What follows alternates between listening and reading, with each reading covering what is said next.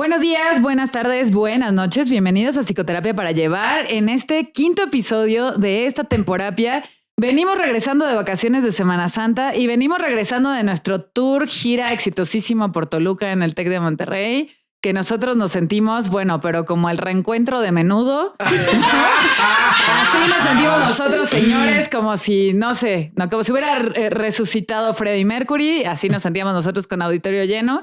Y pues estamos aquí el día de hoy muy contentos con Joano. ¡Holi! ¿Cómo están? Sí, me hicieron vivir mi fantasía de ser una superestrella. De ser Elton John. Y aparte nos recibieron súper bonito. O sea, una cosa de verdad así, hasta cuando entramos nos gritaron y yo, ¡ay, soy una estrella! Sí, ¡auxilio! Eso fue muy lindo. O sea, auxilio, de basta, ¿no? Sigan. De basta, sí, claro. Ya sé. No de autógrafos. No, Y también está conmigo hoy Marta. Hello. Así, estoy encantada de cómo resultó ese experimento, definitivamente, del TEC. Güey, quiero más. Sí, ahora, así de, mi ser interno histriónico está así como de... Ándale, sí. Oye, aquí es donde aplicamos el... Toda la ansiedad lo valió. Claro, sí. Aquí es donde aplicamos el contrataciones al Instagram de @psico-pa-llevar. Vamos a sus eventos, a sus 15 años, a sus bodas, llévenos a su graduación, ¿no? Porque aparte fíjense que estuvo bien lindo que a partir del evento del TEC, mucha gente de otros lugares de la República nos ha escrito. Nos han escrito de Mérida, de Monterrey, de Ciudad de México, de Guadalajara. Y a ver, gente, nosotros vamos a donde nos lleven. O sea, si usted, señor bonito, señora bonita, señor Benite, tiene una escuela, un lugar donde quiera que vayamos, nosotros vamos, somos libres como el viento. Los viáticos, ¿verdad? Por supuesto. Sí, eso sería Más importante. Más que nada. Si nos apoyan con los viáticos y con un paguito adicional, nosotros con mucho gusto vamos, nomás para que nos salga a dejar de consultar el día que vayamos, ¿no? Y con eso ya. Porque ya sabe usted que uno como profesional independiente, pues si no trabaja, no gana, ¿verdad? Sí, claro. Básicamente, si no trabaja uno, no come. Y además hoy nos acompaña un invitado muy especial nuevamente, que ya han escuchado aquí y que además es The Master of Puppets, ¿no? Que es justo el genio detrás de esta obra, que es JP Moreno. Hola, JP. Hola a todos, buenas noches. ¿Cómo estás, productor? Además de abusando de tu autoridad, como siempre. Abusando de mi autoridad y pues con el ala rota todavía. Sí, todavía. Sí. Es lo malo cuando andas bailando cumbias y el piso está mojado, JP. Sí, está mojado del sudor del baile. Del sudor, claro. ¿De qué otra forma se mojaría un piso de cumbias? O sea, me imagino a JP bailando cumbias. No, yo tampoco. Yo tampoco me lo imagino. O sea, tiene que haber mucho tequila de por medio, güey. No cualquier alcohol. Tequila. Así, exacto. Si le das la cantidad perfecta, él empieza a bailar así de, desde que me... Sí. Hay evidencia de eso. Hay evidencia audiovisual. Oigan, y pues ya nos necesitábamos tomar las vacaciones de Semana Santa, además de porque pues teníamos que ver a nuestra familia y amigos y todo muy bonito y demás. Y para reflexionar. Y además porque no sé si les pasó a ustedes, pero con la experiencia de Toluca, yo entendí, no es que quiera hacerlo, pero entendí por qué los rockstars se metían estupefacientes. Es que no hay manera de llevar un ritmo así. ¿Estás de acuerdo? No, es que está uno muy cansado. Es que dices, güey, apenas llegué, ya estuve aquí, ya estuve allá. ¿Qué está pasando? Todavía no llega la noche, ¿no? Sí, claro, regresamos. No, o sea, nos dormimos tempranísimo todos. Bueno, ¿y tú qué te quedaste, Betsa? ¿No? Yo me quedé. Te quedaste a otras conferencias. Me quedé a la conferencia del día siguiente. Bueno, una de la tarde y otra del día siguiente, pero igual creo que todos a las 9 de la noche estábamos dormidos como bebés. Out. Sí, claro. Dormí 12 horas seguidas, güey. Y es cuando dices, con razón, la gente consume cocaína. Sí, claro. El mínimo. Con razón, son fan del éxtasis. Sí, ¿no? claro. No. Es que cañón. No hay manera, ¿no? Y bueno, precisamente hablando de la Semana Santa. Vamos a no sé.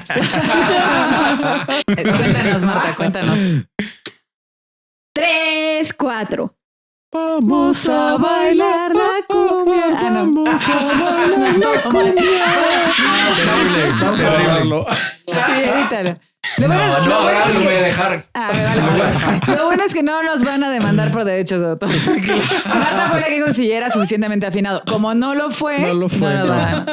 En fin, entonces, hablando de la Semana Santa y demás, justo el episodio de hoy es sobre trauma religioso, damas y caballeros, demes y caballeres. Claro, porque aparte estuvimos muy expuestos, me parece, como a todas las pues tendencias, a todos los rituales que conllevan pues la Semana Santa y particularmente en la religión católica o las religiones judeocristianas.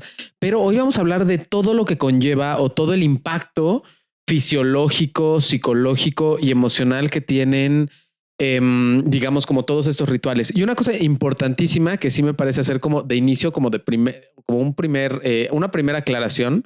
Esto no es un juicio, ni es una devaluación, ni va en un sentido deteriorativo hacia una o cualquier religión, ¿no? Exacto. Más bien es como para poder describir exactamente qué pasa, qué efecto tienen nosotros cuando nos movemos en un contexto más que menos rígido respecto a una religión. ¿Estamos de acuerdo todos aquí? Estoy totalmente de acuerdo. Sí, buenísimo. Y justo para eso, pues vamos a entrar un poco. Me gustaría que JP nos diera un poco de contexto, ¿no? Como esta parte, tú, o sea, mijito, tú que estudiaste historia, cuéntanos mijito, una bonita narración, ¿no? Justo como esta función que cumple la religión en el desarrollo de la cultura en los seres humanos. Sí, pues va un poco de lo mismo que habíamos hablado las veces pasadas de los cultos, incluso de las teorías de conspiración y igual, o sea, como dijo Juan, no estamos en un juicio y ahorita me dice, pero ya lo comparaste con las teorías de conspiración. No, o sea, teorías de conspiración, cultos, pero también cumple la misma función un fandom, a una serie, a unos cómics, cumple la misma función el fanatismo a un equipo de fútbol. O sea, es esta necesidad de grupo, no esta necesidad de comunidad, ¿no? El ser humano es un ser social. Es un animal social por naturaleza. O sea, buscamos y necesitamos para sobrevivir la comunidad, o la relación con otros seres humanos, ¿no? Camus no, pero él es único en esa en esta especie. Camus podría en una cueva. No, sí, o sea, obviamente está el individualismo, ¿no? Que viene del siglo XIX, pero si lo podemos analizar fríamente, realmente necesitamos de otras personas. No una sola persona es muy raro que pueda cumplir todas las funciones o todas las necesidades que tenemos como seres humanos, ¿no? Claro. Desde afectivas, psicológicas, económicas, sí, nutricionales, todo, ¿no? Sí, todo. Exactamente. Entonces necesitamos comunidad. Y es más fácil construir una comunidad cuando tenemos cosas en común. Obviamente. Bueno, claro. Eso sería muy obvio, pero hay veces se necesita decir, ¿no? Entonces, si compartimos una afición hacia algo, ¿no? A los dos nos gusta el mismo equipo de fútbol. Pues no te conozco, pero te veo con la misma playera del fútbol que a mí me gusta. Entonces ya tengo un tema de conversación. Entonces ya podemos empezar a entablar una relación. Lo mismo con un fandom, lo mismo con una teoría de conspiración. O sea, los dos creemos en cierta cosa y nos encontramos en cierto foro oscuro del internet y empezamos a compartir y a platicar y creamos una comunidad, ¿no? Lo mismo pasa con un culto, lo mismo pasa con una religión, ¿no? Tenemos un marco de creencias ya establecido y compartimos, ya sea mayoritariamente por nacimiento, ¿no? Nacimos en cierta religión, entonces nuestros padres nos la enseñan, o hay gente, bueno, ya hablaremos tal vez de eso. Pues hay gente que tiene crisis de fe o tiene cosas, o crisis de vida, ¿no? Crisis de vida y termina cambiando de religión, ¿no? Eso también es algo posible. Ahora, ¿de dónde vienen? No. Yo le agregaría ahí este factor, o sea, además del sentido de comunidad, como la necesidad de los primeros seres humanos de explicarse las cosas, eso, ¿no? Exacto. ¿A eso ibas? Sí. Ajá. Justo esta parte como de, a ver, o sea, pensemos en los primeros seres humanos, ¿no? A lo mejor en los primeros Homo sapiens, ¿no? Viendo el día y la noche, el cambio de las estaciones, los rayos, la lluvia, las tormentas, ¿no? Y eso necesitaba una explicación, porque necesitamos explicarnos de alguna manera lo que nos sucede y eso también va generando la cultura, ¿no? Por alguna extraña razón, nuestro cerebro necesita explicar las cosas. Por alguna rarísima. Por algo. No sabemos. Y que nos diferencia dentro del reino animal de todos los animales. Sí. O sea, un perro no se pregunta por qué está con este amo, solamente le da de comer, no le da de comer, ¿no? Pero los perros no, pero los gatos sí. Tal vez los gatos sí. Los gatos sí se preguntan, ¿qué hago aquí con este Karen? ¿Por qué no le he abandonado? Y al ser seres racionales, justamente, vamos a intentar explicarnos las cosas, ¿no? Y generalmente entiendo que la tendencia del ser humano siempre es a creer en algo superior. Y podemos como, no sé si te venga bien o si les venga bien como comenzar un poco desde aquí en las religiones paganas y todas las religiones que tenían un grupo de dioses eran religiones que proyectaban a través de los dioses condiciones completamente humanas, ¿no? O sea, la fertilidad, el amor, el día, la noche, lo masculino, ya dije lo femenino, la magia, la oscuridad, la luz, había un dios para cada cosa, ¿no? Y lo podemos ver desde Mesopotamia, Grecia, Egipto, todo cool. Sí, ¿no? Todo lo nórdico, ¿no? Todo lo nórdico. Lo cual me parece bastante lógico. Lo cual cierto, me parece bastante coherente, proyectivo incluso, ¿no? Exacto. Y ahora, el tema justo creo que comienza, y cuando ya vamos entrando como puntualmente al tema de trauma religioso, es cuando todo lo religioso y todo lo divino se vuelve no humano. Todas las necesidades humanas negadas, cortadas, limitadas son divinas. Es decir, cuando se nos dice de alguna manera que para poder llegar a un estado como superior, un estado de divinidad o poder tocar de alguna manera la divinidad, tenemos que negar lo humano, ¿no? El ayuno, la ausencia de sexo, la ausencia de ciertas como ciertas necesidades humanas, es cuando comenzamos a, de alguna manera, más que como la religión, formar parte y proyectar nuestra humanidad, a limitar nuestra humanidad. De donde vienen, me parece, es el inicio de donde crecen todas estas ideas limitantes que nos da o que nos puede dar una religión, sobre todo rígida. Sí, o sea, totalmente de acuerdo. Yo creo que el trauma religioso, ¿no? Empieza como a asomar su nariz cuando precisamente se te enseña a confiar más en la religión, o sea, en la doctrina, en lo humano, que en ti mismo, ¿no? Sí, claro. O sea, empiezas a negar tus propias necesidades fisiológicas, psicológicas, o justo es como, o sea, yo lo siento como esta experiencia de una práctica o de una creencia religiosa en donde tu sentido de seguridad, ¿no? O sea, física, emocional, se ve roto. Claro. O sea, ahí es en donde siento que cruzamos la línea de religión cool que aporta o que le da un plus a mi vida. Claro. A religión que me puede crear una cicatriz psicológica para forever. Claro. Porque ahí hay un factor importante, como decías, o sea, niega tu humanidad, niega tus capacidades, tu propio criterio, y siento yo que niega también tu sentido de supervivencia, ¿sabes? Ajá, incluso. Sí, claro. Y el instinto de supervivencia es justo lo que ha mantenido a todas las especies en este mundo existiendo, ¿no? Y como este instinto de autopreservación. Y en muchos casos la religión apaga o mata ese instinto de autopreservación. Y entonces ya no te guías ni siquiera por tu brújula interna, sino que acabas aceptando un montón de cosas que en las religiones normalmente se les llama dogmas, ¿no? Que es un dogma es algo que no tiene una explicación racional, que se acepta como verdadero en sí mismo sin cuestionarse. Y a partir de esos dogmas, o sea, el dogma en sí mismo es una negación de la sabiduría interna de las personas. Es que, o sea, sí, todo lo que están diciendo es correcto, sí, pero hay que entender también de dónde vienen esos dogmas, ¿no? O sea, porque viene de la mano de lo que estabas diciendo, de que de dónde vienen las religiones, ¿no? Es una necesidad de explicar el mundo que nos rodea. Entonces creamos este marco de creencias para explicar el mundo que nos rodea, ¿no? El problema es que ya creamos nuestra visión del mundo, creamos nuestra cosmología, ya creamos... entonces ya no hay necesidad de ver más allá, porque ya está la explicación del mundo, ¿no?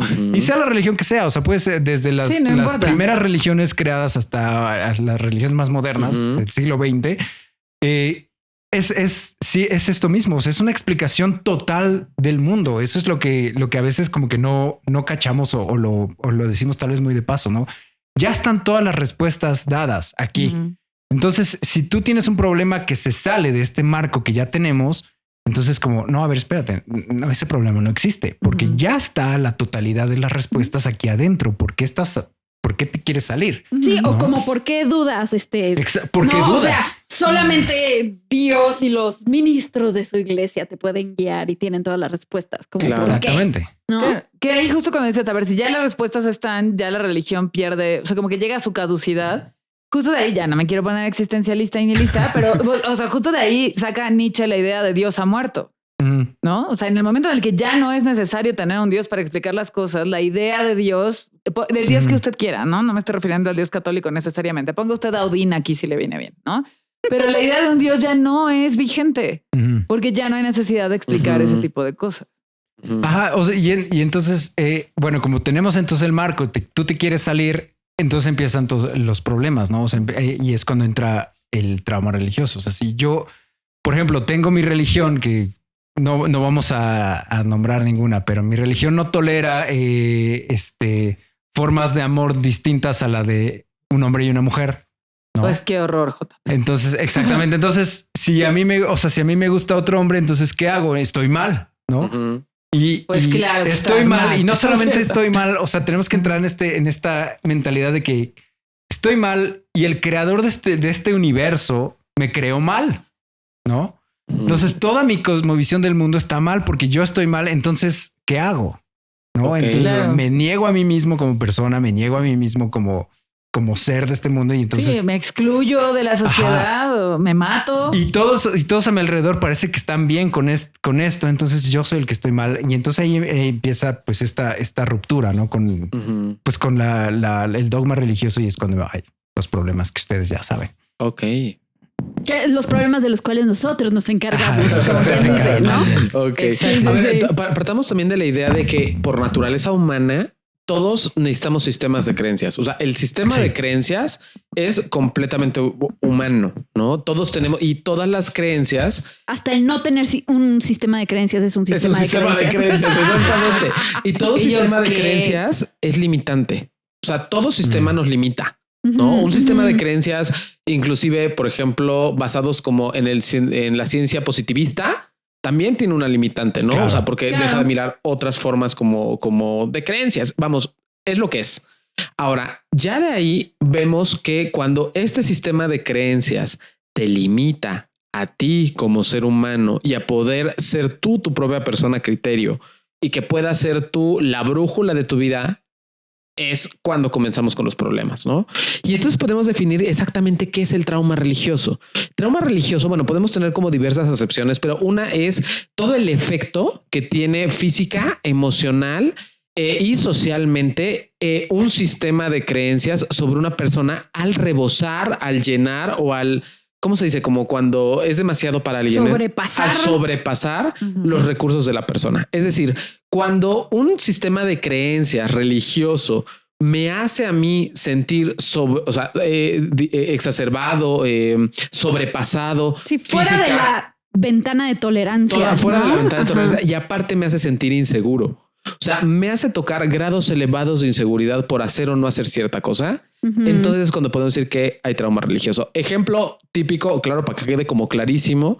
Cuando yo, por ejemplo, siendo de una orientación sexual diferente a la heterosexual, me comienzo a sentir inseguro simplemente por tener esta orientación, porque Dios me va a castigar, porque la Virgen me va a ver, porque alguien me va voy a tener una consecuencia negativa por el hecho de ser quien soy. Ajá, que puede ser aislado de la comunidad, ¿no? O sea, como exiliado de la tribu. Exacto, Marto. Pero fíjate que eso sí, y un poco más fuerte, porque a veces ni siquiera necesito de la evidencia del rechazo de una tribu, porque tengo un Dios dentro de mí que me está diciendo que quien soy no está mal, que no está bien, que es inadecuado, que es vergonzoso y que en ese sentido no digno y que en ese sentido tiene que redimirse.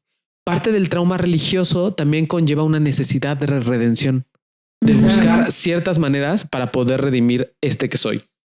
¿Tiene sentido? Sí, total. Justo yo agregaría ahí que esto que dices como este Dios introyectado acaba volviéndose, o esta serie de normas introyectadas, acaba volviéndose también una fuente precisamente de autorrechazo, de culpa, de paranoia y de ansiedad, ¿no? Sí, perseguidora. Es totalmente perseguidora. Y además pienso como en cuando los niños son muy pequeños y son adoctrinados en cualquier religión, ¿no?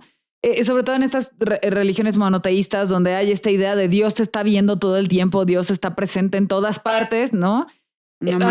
Claramente hay una característica ahí persecutora, paranoide, ansiosa, que genera que la persona todo el tiempo se esté sintiendo observada, perseguida, juzgada, evaluada, etcétera, ¿no?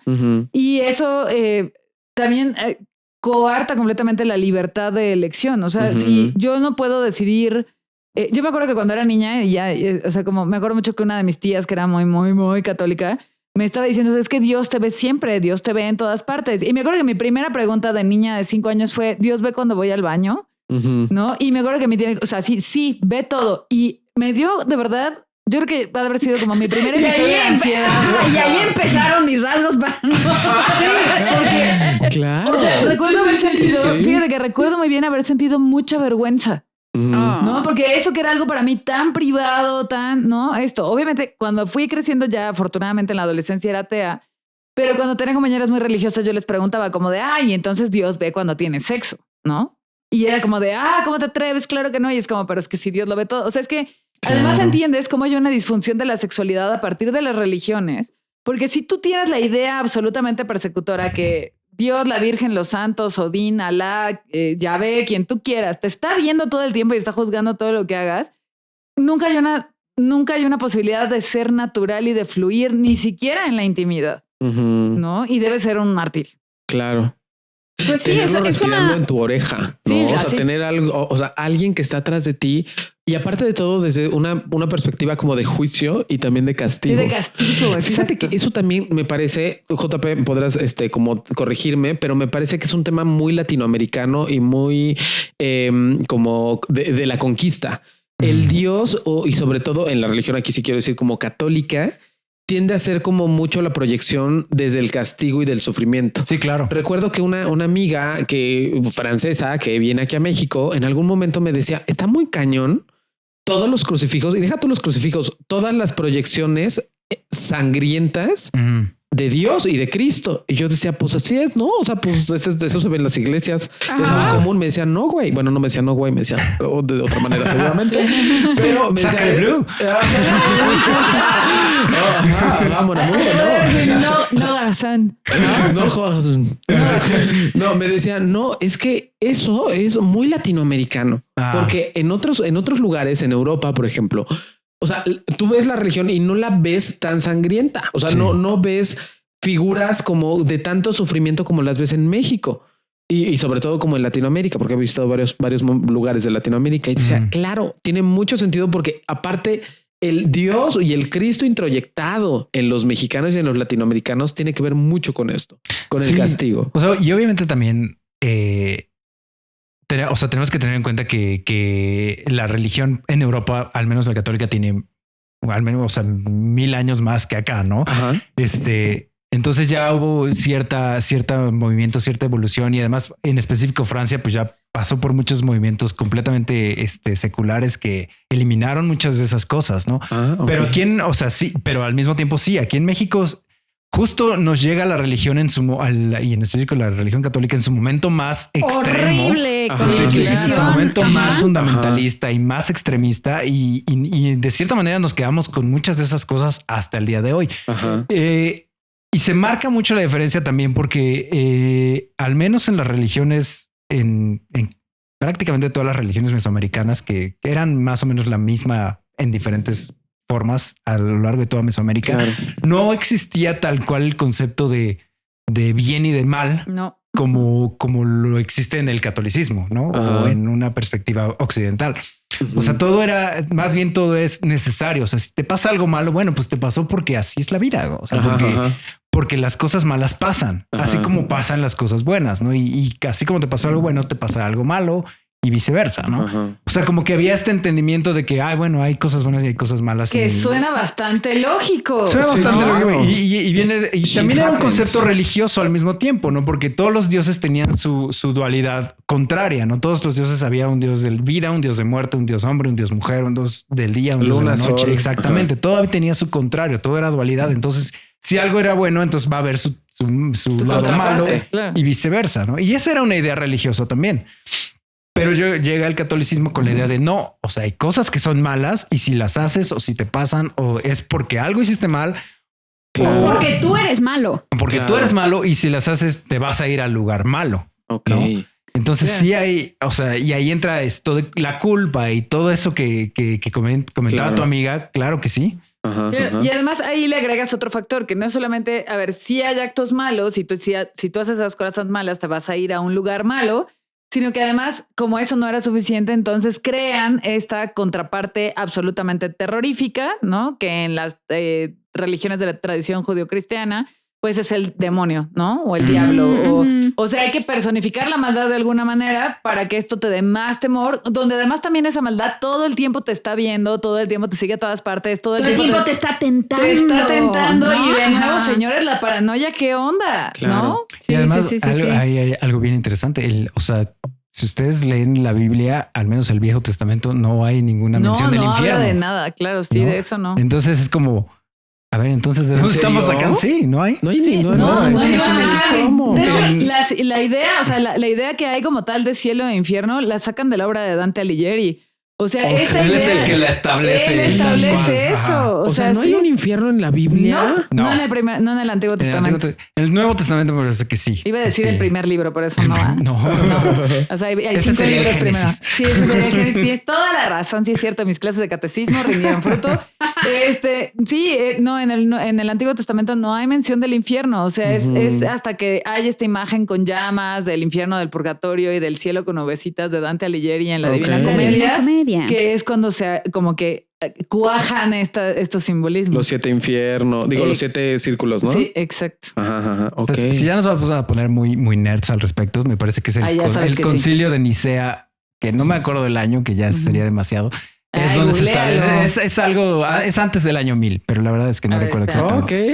Es donde se establece la existencia del infierno, pero en el Antiguo Testamento no hay nada al respecto. En la Biblia judía no hay nada, en el Talmud y todos estos libros.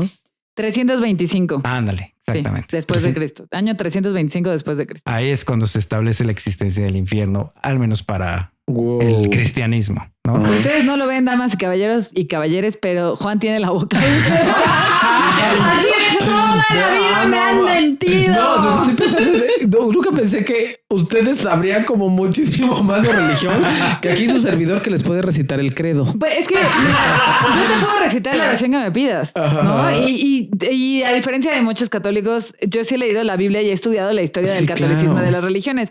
Y creo que ahí está el asunto. Fíjate, algún día platicando con una prima religiosa que no voy a decir quién es porque no se escucha, le dije, es precisamente porque sé todo eso y porque he leído y porque he estudiado la razón por la cual no creo. Exacto. O sea, no es que no crea porque desconozco, es que no creo porque conozco perfectamente. Claro. No. Sí, qué fuerte.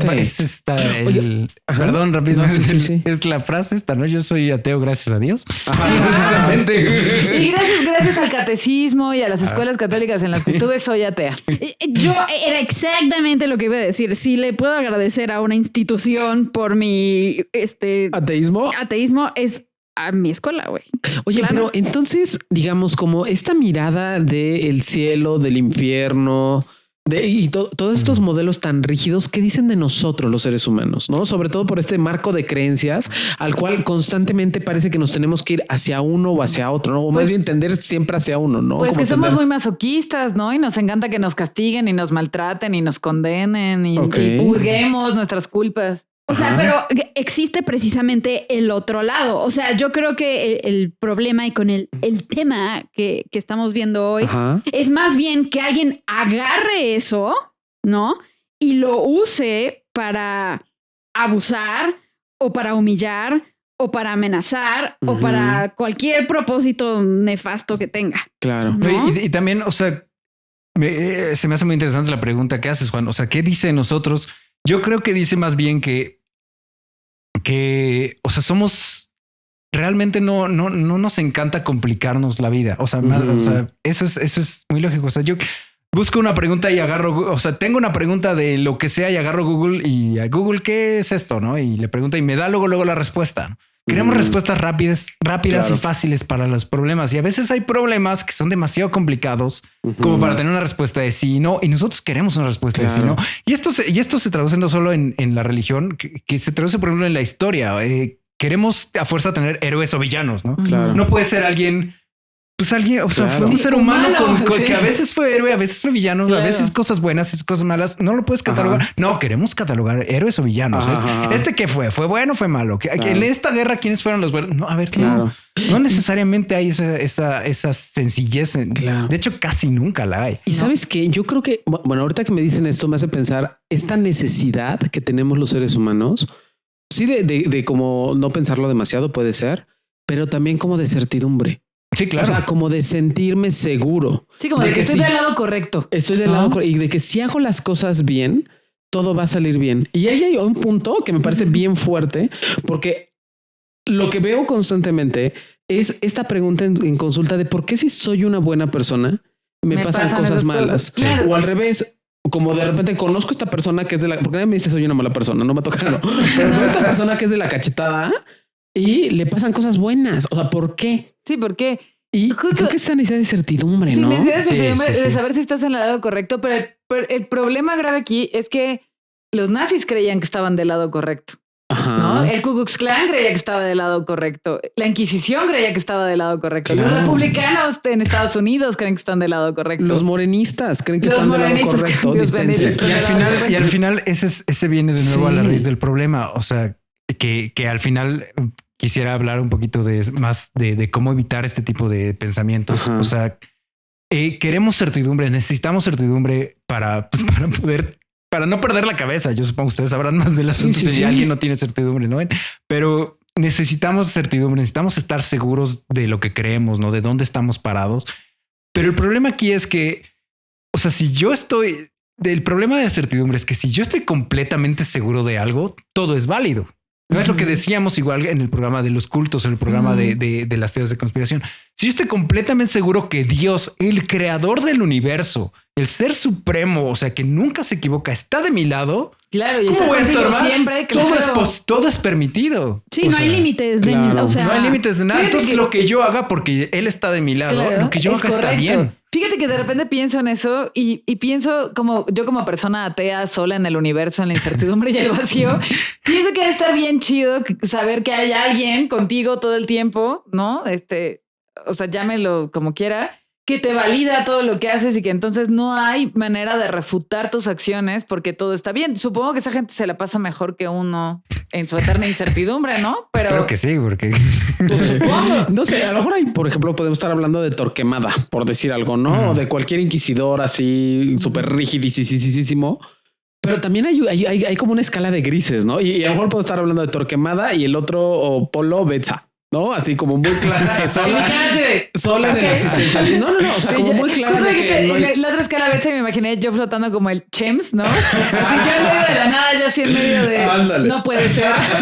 Pero hay como toda una escala de grises donde justo los seres humanos como van encontrando su lugar. El tema es cuando nos pegamos más a Torquemada. El tema es cuando nos quedamos más en me permito matar a alguien porque Dios me dijo o porque yo creo que está bien matar a esta persona o está bien matar a este grupo de personas. Claro, porque si te pegas más al lado Betsa Chems, no vas a matar a nadie, porque Betsa Chems está muy preocupada por intentar sobrevivir a la angustia existencial. Sí, claro. O sea, aquí justo Betsa Chems o cualquiera que esté más pegado de este lado está pensando si realmente logramos conocer las cosas o en realidad no sabemos nada y vamos a morir en la ignorancia. Y es que también de repente esta posición que sabes que yo comparto tiene sus problemas, ¿no? Porque si dudamos entonces la depresión, por ejemplo. Bueno, aparte de si dudamos demasiado de algo, entonces nunca hacemos nada. Sí, exacto. Porque todo el tiempo estamos dudando de qué tal si lo que estoy haciendo está bien o está mal o qué está pasando. O tiene sentido o no. Sí, tiene sentido, no tiene sentido, no tiene sentido. Entonces, ¿para qué hago algo si nada tiene sentido? No, entonces también es un extremo que tampoco creo que sea completamente saludable, ¿no? No, claro. Obviamente algún punto medio por ahí es lo más saludable. Una escala de gris. En la parte de la salud mental, como en el ser humano, es muy importante desarrollar la espiritualidad, ¿no? Y que la espiritualidad, por favor, de verdad, quienes nos escuchan, no significa una religión. Ajá. A veces a través de una religión se encuentra. A veces a través de una religión se encuentra, pero la espiritualidad también a veces se encuentra a través del contacto de la naturaleza, a través del amor de nuestra familia, a través de nuestra música, de la música, de nuestro propio sentido de trascendencia, como preguntarnos cuál es nuestro propósito y a qué venimos aquí, ¿no? Sí. Que a lo mejor a mí Betsabe Chems no me interesa irme al cielo. La verdad, me vale gorro si hay un cielo o no. Yo sé que me voy a morir, me van a cremar y voy a hacer polvo. No me importa, no me interesa, ¿no? Me interesa más saber qué voy a dejar en este mundo, ¿no? El día que yo me vaya y ni cuenta me voy a dar de cómo hablen de mí, pues pensar que a lo mejor en algo bueno contribuí, ¿no? Claro. A las cosas. Eso es lo que me interesa y así vivo mi espiritualidad, como desde este sentido de trascendencia. Claro. Ahorita que dices eso, me viene a la mente así como un pequeño, como una forma en la que los griegos podían como inclusive a través de algo como tan mundano como el sexo, entender mundano como el sexo. Podían entender mucho como hasta algo así que puede ser una forma de contacto espiritual, ¿no? Sí, claro. Incluso hay un cuento que me encanta que se llama el cuento onírico Afrodita, que lo voy a resumir muy rápido, que justamente decía que Afrodita justo en algún momento pues se le antoja un pastor, hagan de cuenta, se llamaba Pepe. Cuando dices pastor, hablas de tacos, obviamente. No, un señor que pastaba, un señor que tenía ovejas, ¿no? Que vamos a decir, tenía un nombre más griego, pero imagínense que se llamaba Pepe, ¿no? Ajá. Entonces a Afrodita tiene ganas de tener amores con el Pepe, para no decir que se le antoja. Y entonces pues baja, pero obviamente no puede bajar como Afrodita, ¿no? Porque el otro pues no. Entonces se disfraza de una mujer, imagínense el disfraz de Afrodita, digna, así de Afrodita, de la diosa del amor, así espectacular. Y va caminando por donde estaba este pastor, ¿no? Entonces de repente pues el pastor la ve toda ella y le dice buenas tardes, que está perdida o qué. Y ella le dice a él, no, ¿sabe qué? Lo que pasa es que yo, tuve un sueño, se me apareció Afrodita y Afrodita me dijo que tenía que encontrar al amor de mi vida, que se llamaba Pepe y que era un pastor que estaba por aquí. Pepe dijo, bueno, soy yo. Por favor. Sí, aquí estoy. Pasemos a la siguiente cueva a tener lo que viene siendo la relación, ¿no?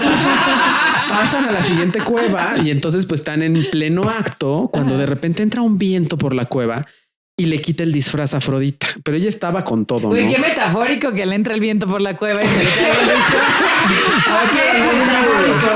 el le quita el disfraz y entonces, o sea, el pastor se cagó, o sea, de ver a Afrodita encima de él. Bueno, se ve que ellos llegaron a niveles muy inusitados de contacto sexual. Y entonces ella termina con él y le dice, no te preocupes, soy Afrodita, claramente no me puedo casar contigo, me tengo que ir con permiso, pero estuvo muy rico todo, adiós. Se va. Pero así los griegos explicaban algo bien interesante de la espiritualidad, para que un poco quede como claro esto, que es el contacto sexual conlleva un elemento de espiritualidad, porque cuando estás cogiendo o haciendo el amor con la otra persona o teniendo un contacto erótico afectivo, estás contactando con su alma. Es un contacto de almas y en algo como tan, digamos, tan podríamos decir tan cotidiano, tan mundano, tan corporal, humano, tan corporal, encontraban lo divino. Y eso en el contacto con la naturaleza, en el amor con los animales, en el amor con la familia, como decían hace ratito, en el amor en pareja, podemos encontrar lo espiritual. Y que puede encontrarse desde una religión como un poquito esta pagana, que es una religión, bueno, los griegos en esta mitología griega, o lo pueden encontrar desde otros lugares metafóricos desde una religión. ¿Tiene sentido? Sí, claro. De hecho, o sea, como dices, más bien, al menos en los griegos y en estos inicios de la civilización occidental, eso, la espiritualidad era un poco más abierta, ¿no? Claro. O sea, un encuentro sexual podría ser completamente espiritual. O sea, una buena comida podría ser algo completamente espiritual, ¿no? Sí, claro. Más bien, la definición de espiritualidad se va haciendo más estrecha, más cerrada, conforme la religión dominante, que en el caso de Europa, al menos es el cristianismo, en el Medio Oriente será el Islam, que hace exactamente lo mismo, va reduciendo la definición de espiritualidad a no, la espiritualidad solamente es esto. ¿No? Esto que te estamos dando en estos libros sagrados. Claro. Y punto. ¿No? Claro. Tengo aquí como unos ya para conectar. Es que nos gusta mucho el tema hoy. Sí. No, sí, obvio podríamos filosofar 10,000 años. Si quieren que dure 3 horas, exactamente. 2 botellas de vino tinto y le seguimos. Pero traigo aquí como unos puntos que ya igual para aterrizar entonces en el tema, para identificar como cuando un sistema religioso puede ocasionar este trauma, ¿no? Y el primer punto que tengo aquí es cualquier sistema que requiera una obediencia en las creencias, una conformidad en las creencias, o sea, para que tú puedas pertenecer a este sistema religioso, te requiere que tú creas sin dudar, sin preguntar, sin ningún tipo de desacuerdo con las creencias que esta institución marca. Claro, ¿no? Y eso es lo que te va limitando, ¿no? Exactamente. O sea, todo esto es lo que te va haciendo que esas demandas o estas marcos de creencias tan rígidos comienzan a hacerte sentir pequeño y comienzan a hacerte sentir inadecuado y que no vienes al caso. Sí, claro. Ok, o sea, yo quisiera como para clarificar con nuestros escuchas preciosísimos, o sea, si alguien se está preguntando como, güey, ¿habré yo sido víctima como de trauma religioso, ¿no? Ajá, ¿cómo saberlo? ¿Cómo lo sabrías? Ajá. O sea, ¿cuáles son como estos marcadores como de pi, pi, pi? O sea, foco rojo, güey, please. Claro. No. Ajá.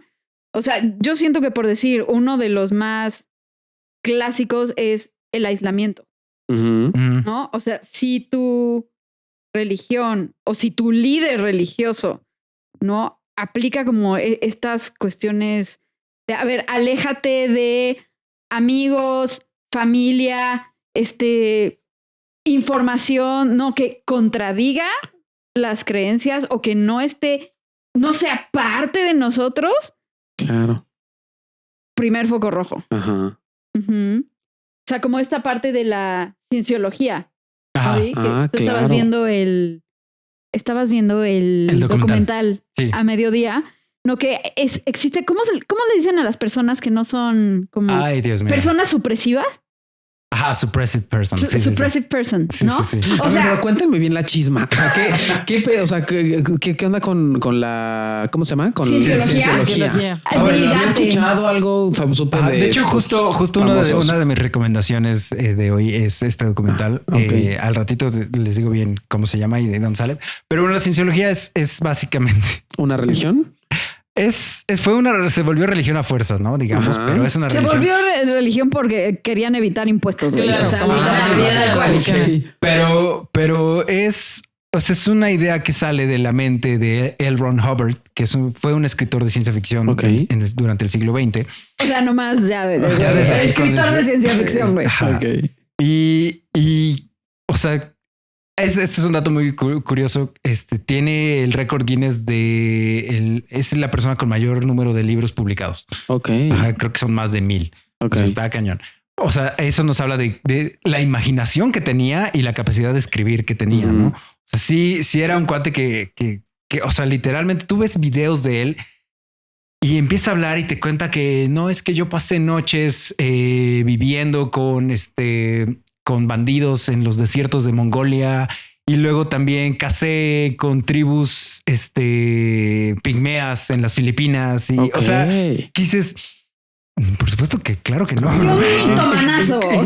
Incluso por ahí estaba una anécdota de que alguien neta hizo el cálculo de todas las anécdotas que contaba y más o menos los años que decía que pasó en cada anécdota. No le daba la vida. Tú viviste 150 años. ¿Qué onda? ¿No? Y lo confrontó, ¿no? Al respecto, porque creo que era un amigo cercano. Entonces es una persona medio mitómana, digamos, que en algún momento tiene la brillante idea, que realmente sí es una brillante idea de cuál es la mejor forma de hacer dinero en Estados Unidos, es tener una religión.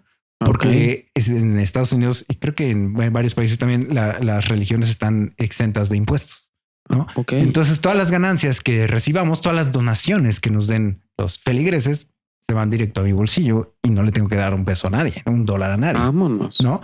Entonces, bajo ese argumento pues voy a crear mi religión. O sea, ¿en qué cree una persona? Güey, te vas a cagar de risa. O sea, y además en lo que creen, haz de cuenta que hay como niveles, pero tienes que pagar para subir de nivel y que te vayan revelando más cosas. Y cuando llegas al último nivel, o sea, viene así la como gran de revelación. Es la gran revelación de lo que creen, de la ¿no? verdad universal. Y sí nos echamos toda la historia. Pues haz como un mini resumen. Es que está bien interesante, perdón. Me parece fuertísimo. Pero ¿cuándo vamos a llegar al trauma religioso entonces? Es que bueno, también es parte de esto porque este documental que les voy a recomendar al final está narrado por ex cienciólogos y son ex cienciólogos que fueron parte como de los altos mandos de la religión, ¿no? Entonces que se salieron después de 17, 20, 30 años de estar ahí adentro, ¿no?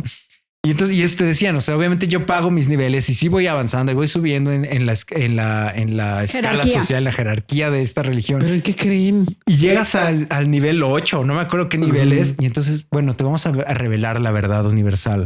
De dónde viene todo esto, cuál es el origen. ¿Y te dicen cuál es la verdad universal? Sí. ¿Y cuál es? O sea, según esto, hace miles de millones de años,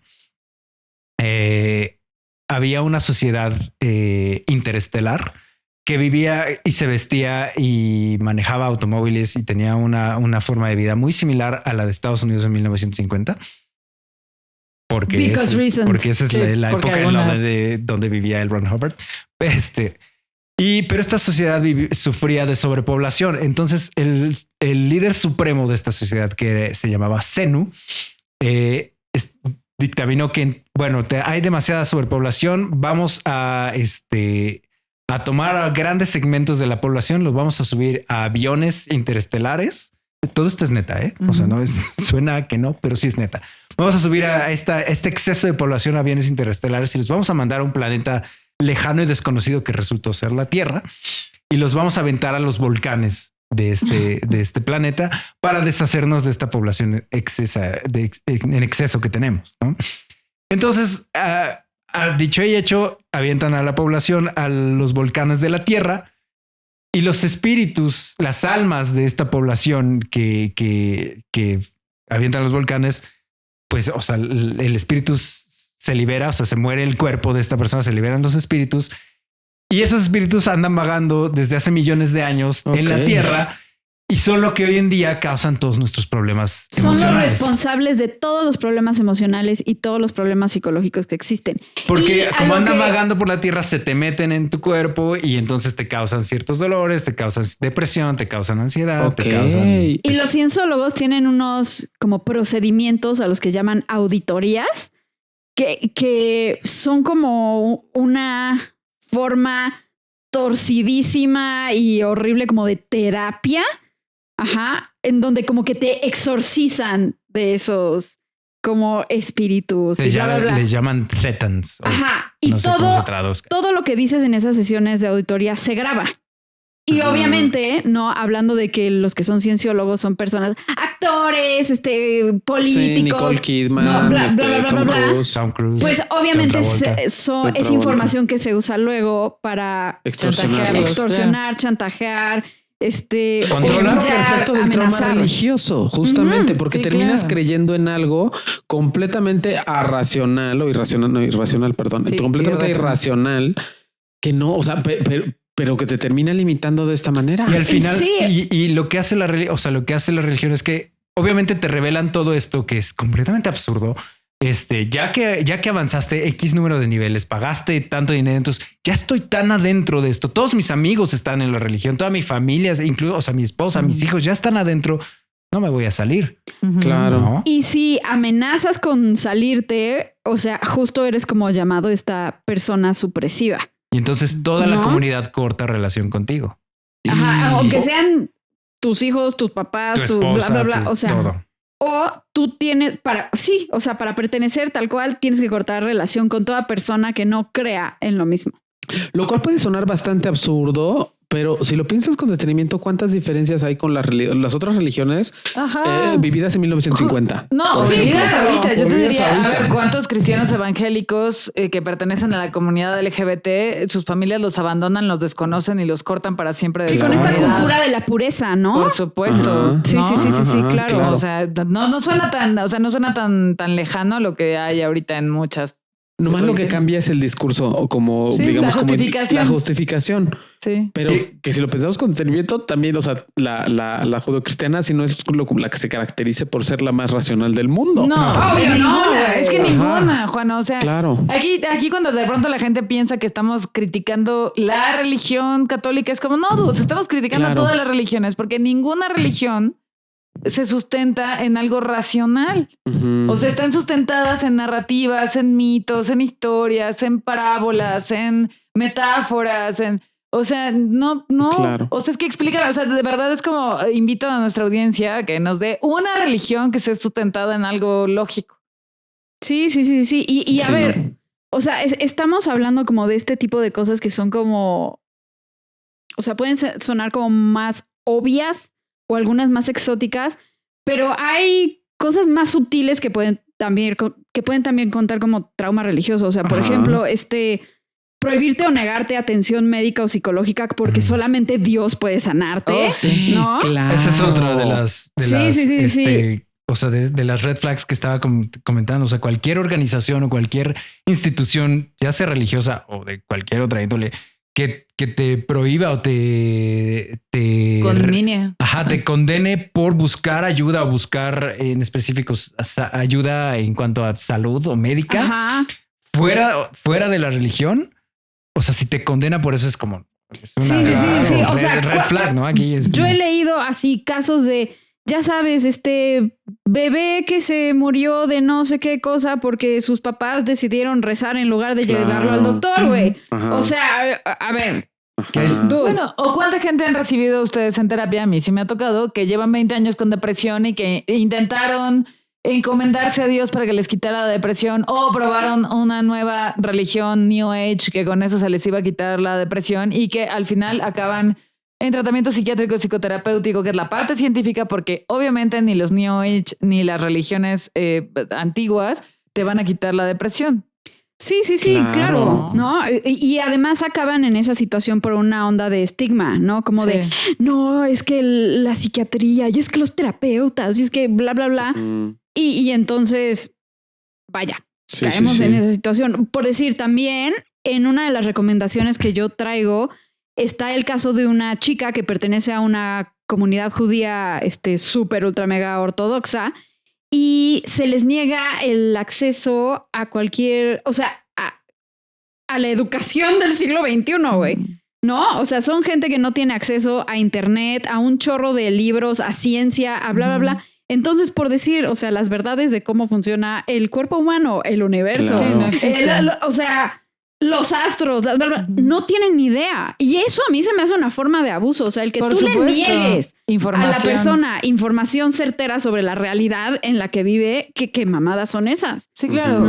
¿No? O también, por decir, o sea, que te hayas perdido actividades o cosas que forman parte del desarrollo normal de un niño o de un adolescente porque va en contra de nuestras creencias.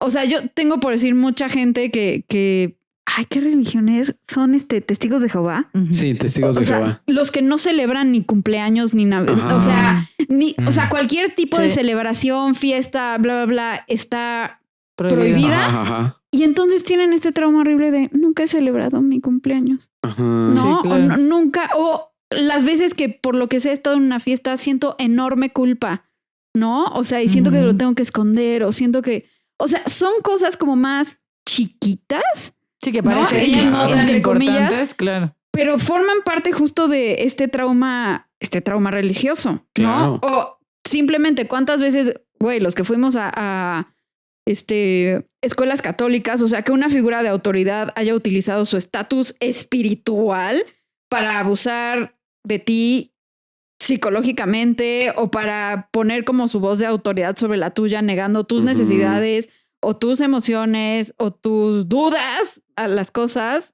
eso también es abuso. Claro. O puede ser traumático, ¿no? ¿Sabes en qué estoy pensando, Marto? En la cultura.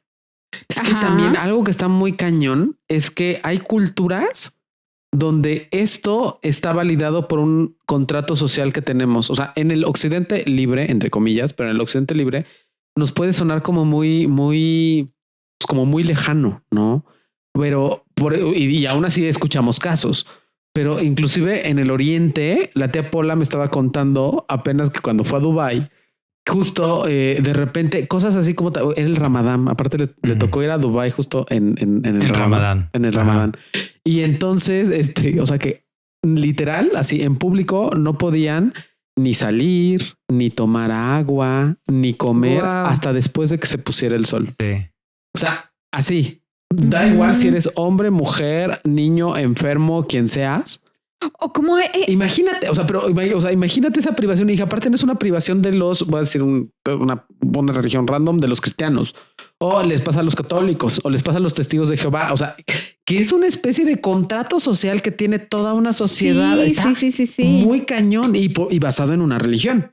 Sí, claro. O esta chava de dónde era la que presentó una denuncia por violación. Es mexicana y vivía en Qatar. En Qatar. Justo, ¿no? Ahí salió el tema. Y que acabó siendo amenazada con que la apedreada y encarcelada iba a ser ella. Sí, porque al final no está permitido en Qatar que las mujeres solteras tengan vida sexual activa, ¿no? Claro. aunque haya sido violada, entonces de todas formas la que está mal es ella, desde las ideas estúpidas y absurdas de Qatar, pero ahí va toda la gente de pendeja al mundial, ¿no? En Qatar. Al parecer no nos importa mucho como nada de los derechos humanos siempre y cuando haya fútbol de por medio, ¿no? No, o al revés, ¿qué tal con Qatar? Fíjate qué fuerte, y ahorita me acaba de caer un 20. O sea, a Qatar no le importa los que lleguen, cómo lleguen y qué hagan cuando lleguen, siempre y cuando dejen dinero. Sí, claro. Porque, claro, por supuesto que ahí claramente van a tener que abrirse ciertas cosas, porque van alemanes, mexicanos, latinos, brasileños, casados, solteros, LGBT.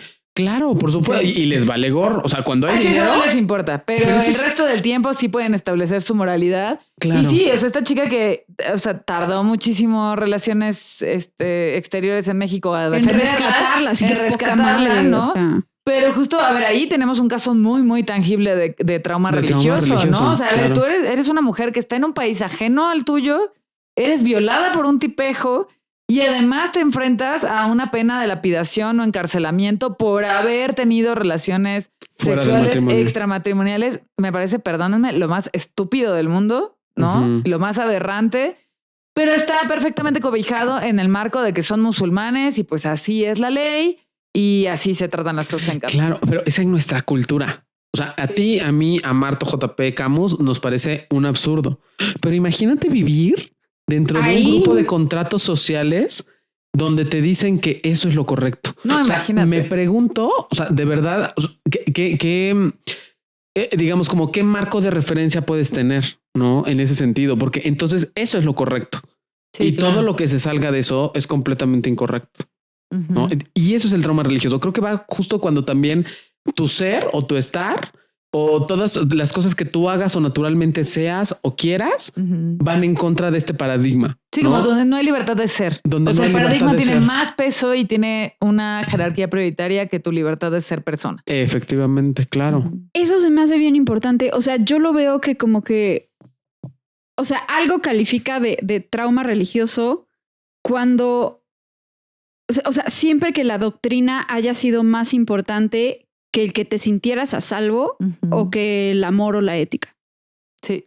O sea... Sí, y ahí puede incluir cualquier cosa, como decías, desde la parte de no festejar tu cumpleaños hasta el abuso sexual, ¿no? Que se da en muchísimas religiones y que en la mayoría de las religiones además se niega, ¿no? O sea, es un asunto como se esconde y sí, se aquí esconde, no pasó nada. se trasladan, ¿no? No queremos mencionar a nadie en específico, pero pues sabemos que aquí en México lo que hacen es cambiar, bueno, en México y en España, que es donde más casos hay de abuso sexual en Estados Unidos, donde lo que hacen es cambiar de escuelas a una parroquia, a otra parroquia, a otra ciudad. Nomás moverlos. No, nada más moverlos para evitar el escándalo y eso. O entran en franca negación, porque claro que hay gente que dice que la gente que acusa de abuso sexual a los sacerdotes está mintiendo, está inspirada por el diablo, ¿no? Es el mismísimo diablo diciendo sus mentiras, ¿no?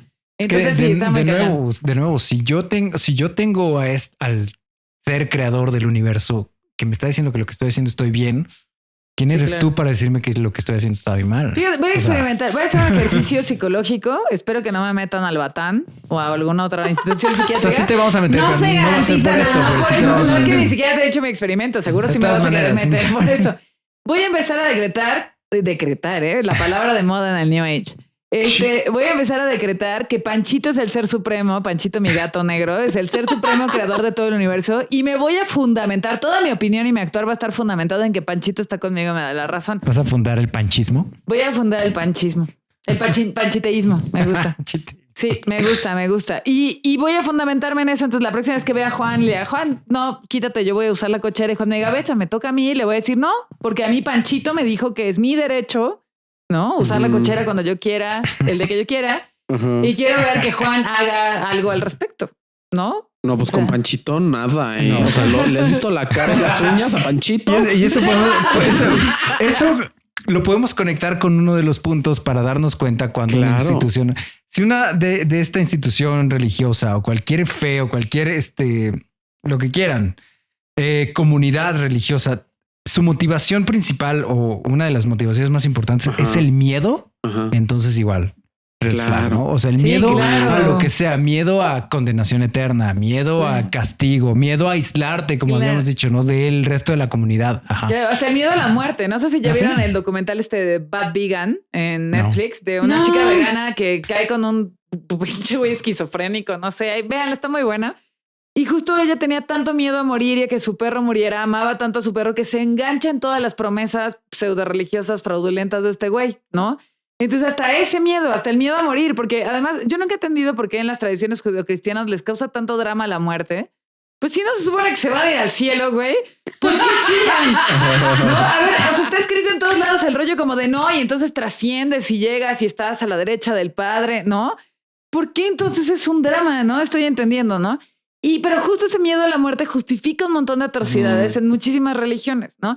Ahora me acordé, justo conecté esto de Bad Vegan con el perro de la chava y con Panchito, porque es como si entonces, ayer dije de broma que cuando yo me muera quiero que echen a Panchito en mi ataúd y me acompañe al más allá, ¿no? En la cosa más... Esté vivo, ¿no? Vivo no importa. Yo ya no voy a sentir si araña me muerde, ¿no? Pienso en eso, ¿no? Como de, obviamente, ¿quién que nos escuche no quisiera que un ser querido viva para siempre, ¿no? Su familia, un familiar, su mascota, su pareja, ¿no? Y ahí también en justo lo que decía JP, o sea, si la religión o la fe o el culto está basado en explotar el miedo a lo que sea, ahí ya estamos en una bandera roja gigante. Sí, pero o sea, ¿hay religión que no se basa en el miedo? Es pregunta. No, todas tienen una... No, sí hay. O sea, por ejemplo, ¿el budismo? ¿El budismo? No, bueno... El budismo habla del miedo. El budismo es el apego. Y es filosofía, o sea, ¿no? El enemigo es el apego. Pero también es bastante, o sea, tiene bastantes elementos religiosos. Okay. Pero por ejemplo, o sea, es una religión también de la India que se llama el jainismo. ¿Te acuerdas que te platicaba el otro día? Que es, o sea, es bastante, o sea, dentro de las religiones es bastante cool porque es literalmente, creo que el precepto número 1 es la no violencia. O sea, es como no nos vamos a meter con nadie. O sea, incluso creo que tienen no sé si vegetarianos o veganos o qué, pero es como no es la no violencia, no violencia a ningún ser vivo de ninguna especie. Nosotros estamos y creo que comparte como estos elementos del budismo de meditación y de introspección y de todas estas cosas. Y ni siquiera tiene más bien no tiene estos elementos como del islam o del cristianismo como de castigo. No, de tienes que creer mi religión tú también. Okay. O sea, de imposición. De imposición o de misiones, ¿no? De conversión. De evangelización, ¿no? O sea, no. Es como si quieres venir, ven. Chido. Si no quieres venir, ahí estás. No te metas conmigo y yo no me meto contigo. Eso es bastante, tiene mucho más preceptos y es mucho más profunda, pero básicamente es eso. Entonces como que, y no hay ningún elemento de miedo donde si no haces esto te vas a ir al infierno o te vas a ir a nada, ¿no? Entonces sí hay, por eso también hay que, por eso yo digo, cuando menciono estas banderas negras es como, si esta institución tiene estos elementos, entonces hay que tener cuidado, ¿no? Porque hay instituciones religiosas, hay fes y hay comunidades religiosas que no tienen estos elementos, no tienen estos elementos tan rígidos. Incluso hay religiones nuevas, hay interpretaciones nuevas del cristianismo, porque ya hablamos muy mal del cristianismo, pero también hay de repente, por ejemplo, esta corriente, que surgió durante los 60s y los 70s de, ¿cómo se llama? No puede ser. Muy inspirado en el marxismo y el socialismo. Estaba pensando en una completamente distinta. Estaba pensando en el Hare Krishna, pero esa es otra cosa. No puede ser que se llame. A ver si ahorita regresa el nombre, pero es una interpretación mucho más cristiana. O sea, literal, mucho más cristiana. Mi cerebro está frito con el rollo de cristiano inspirado en Marx. What? O sea, es que no puede ser que se me haya ido el nombre. También tiene que ver con que son las 11 de la noche. Un poco. Pero son las 10, ¿qué pedo? Porque me siento como si fueran 10 para las 11. 10 para las 11. Y yo.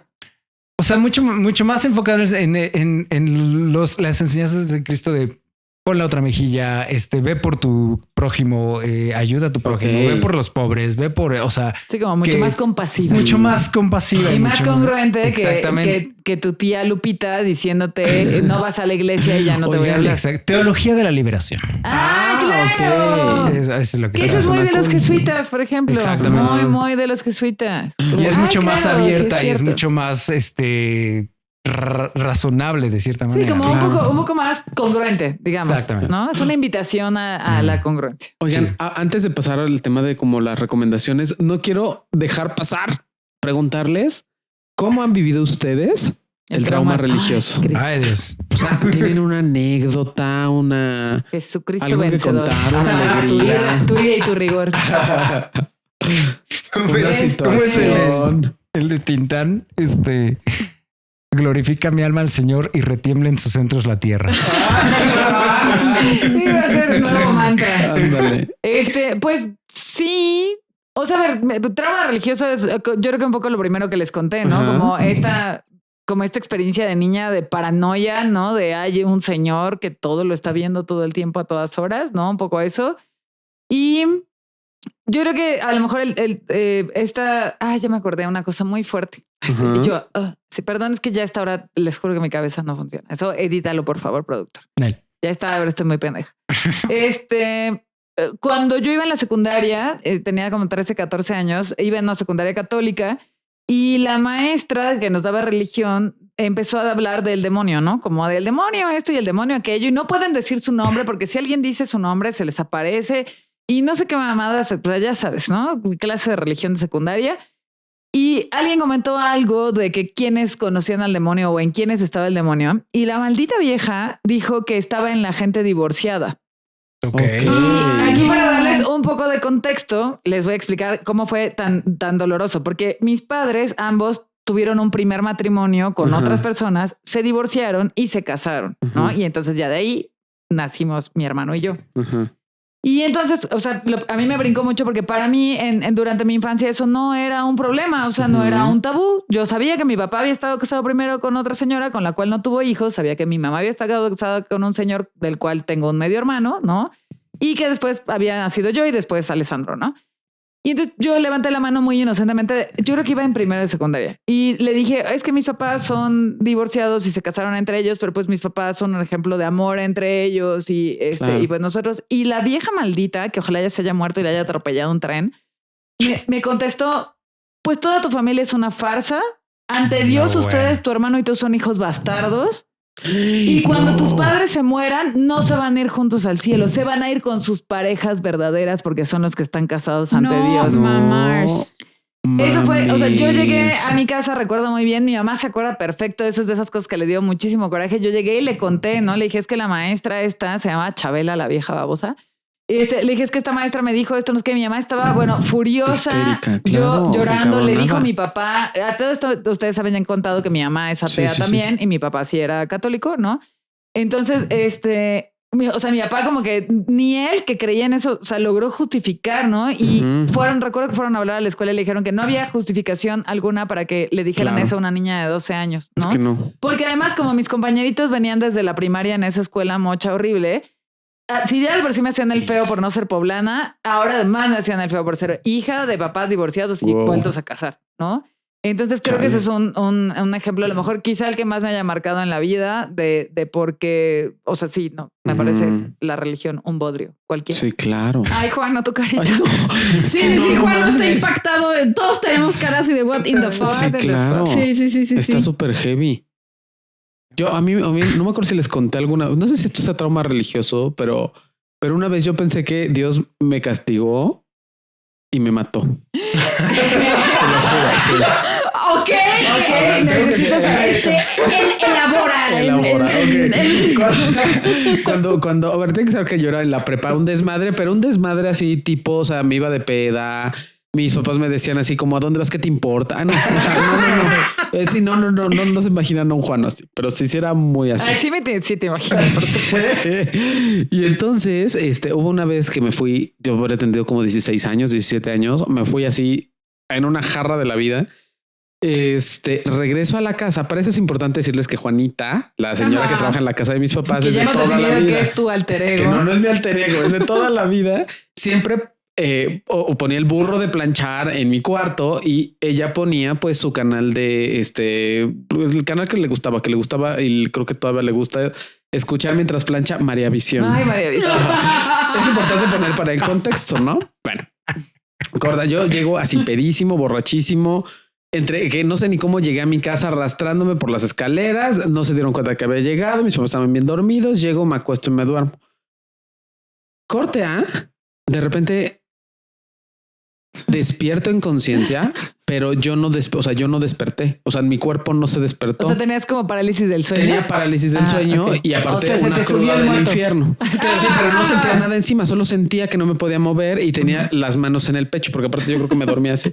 Pero bueno, no sabía. Y entonces escucho, ruega por él. No. Arca de la Alianza, ruega por él. Puerta del cielo, ruega por él. Torre de marfil. Torre de marfil. Y en eso, de repente, como decir, ¿qué pasó? Intentando recordar qué había pasado y yo sin poderme mover. Me morí de una congestión alcohólica. Me morí. Bueno, yo en eso todavía siento mis lágrimas corriendo. Güey, por supuesto que Dios me castigó. Me morí. Por favor, no me maten. Dios, no me lleves. Todavía no. Mi mamá, mi papá. Así, no vuelvo a tomar. No vuelvo a tomar. Pero así, o sea, yo de verdad. Como cuando el Pato Donald vio su propio funeral, güey. Así, güey. Hasta que güey, te lo juro.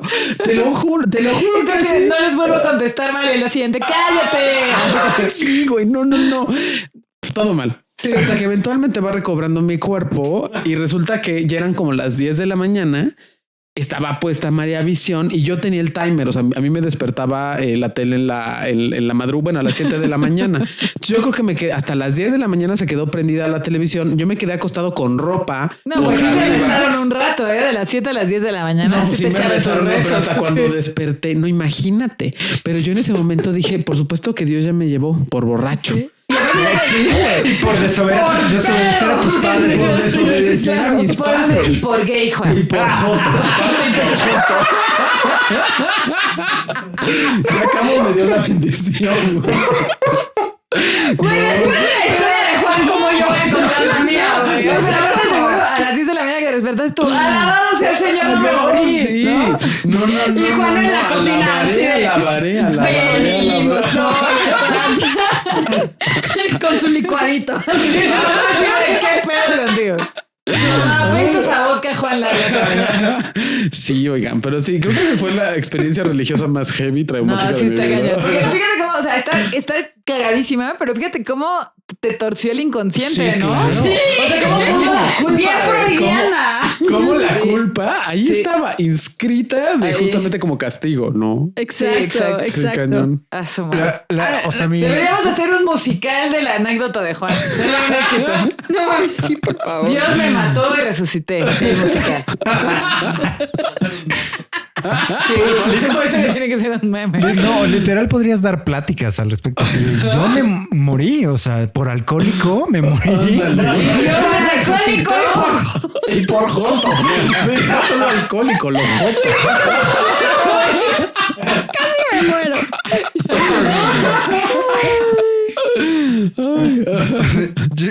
Ya después de, o sea, la mía está así, o sea, ¿cómo sigues eso, no? Y es lo que decir, ni está tan dramática como la tuya. ¿Estás llamando dramática a mi historia? Sí, a toda tu persona. Okay. No solamente a tu historia. Okay. Y ni está tan graciosa, hilarante como la tuya. O sea, la mía, o sea, sí. Y no me acuerdo realmente cuántos años tenía. O sea, a lo mucho 10, yo creo, algo así.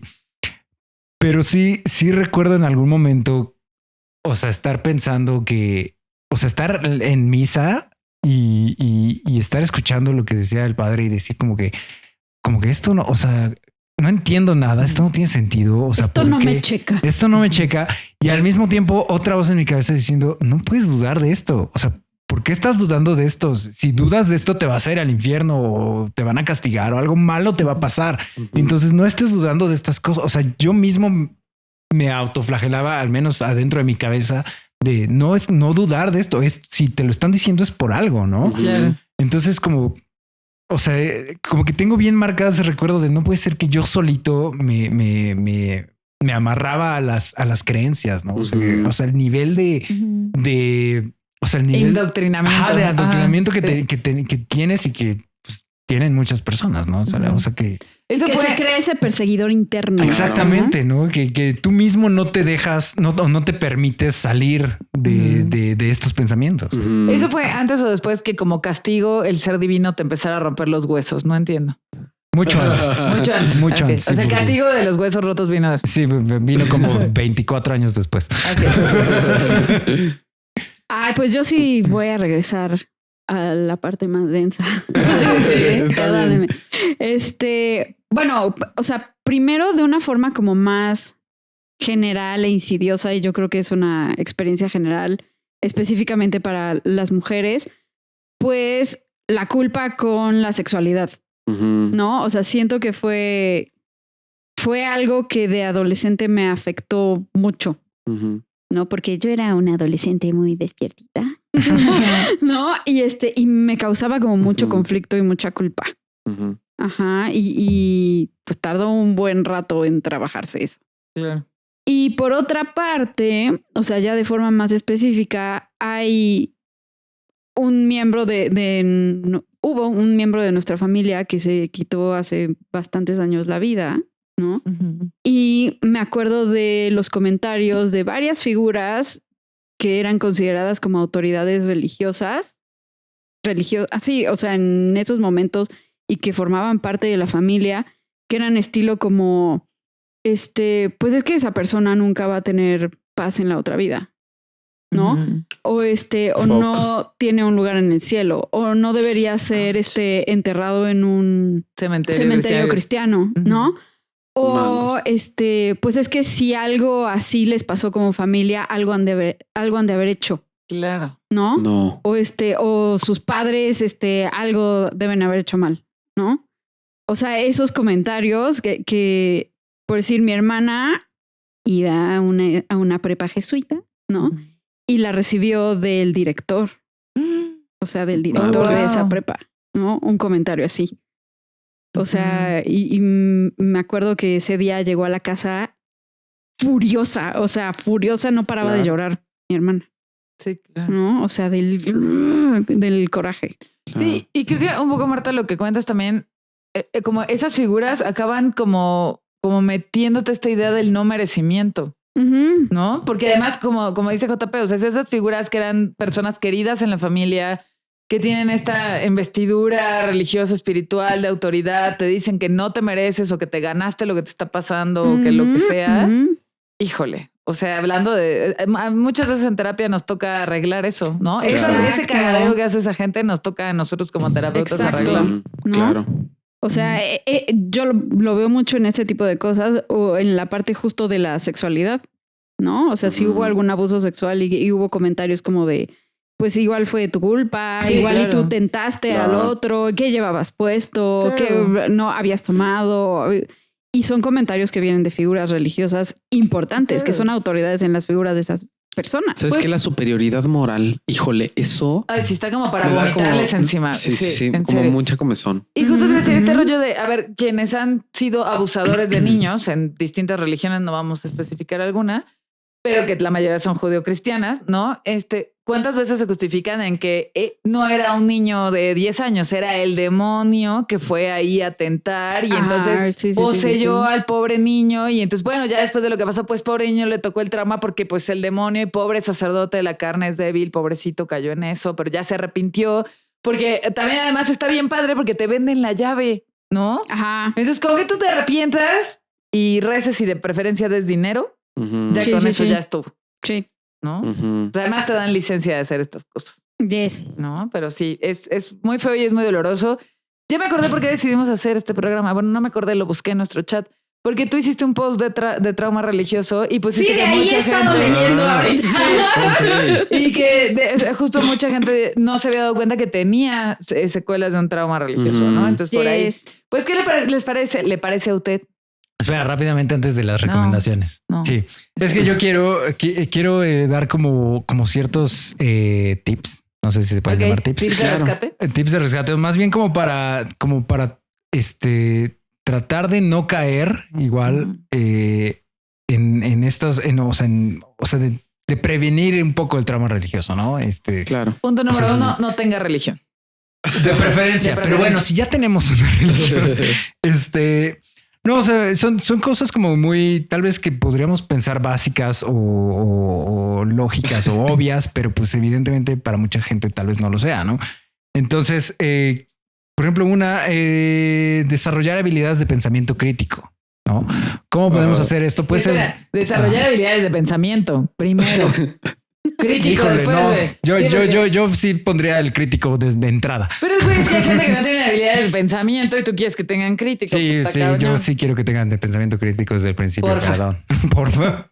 No, o sea, esto puede ser tan sencillo como desde hacer crucigramas, desde hacer o sea, estos jueguitos de pensamiento, de palabras, resolver acertijos, resolver ¿cómo se llama? Enigmas, resolver, se me va la palabra siempre, maldita sea. Pero bueno, como estos problemas filosóficos dilemas filosóficos del barco de Teseo y todas estas cosas que ya te hacen pensar y a veces no tienen una solución, pero el chiste es estar pensando en la solución, ¿no? Buscar ese tipo de cosas para desarrollar el pensamiento crítico, ¿no? Fomentar una buena higiene mental, por ejemplo, evitar esto se me hace básico, evitar el pensamiento en blanco y negro, lo que decíamos hace un rato. Fundamental.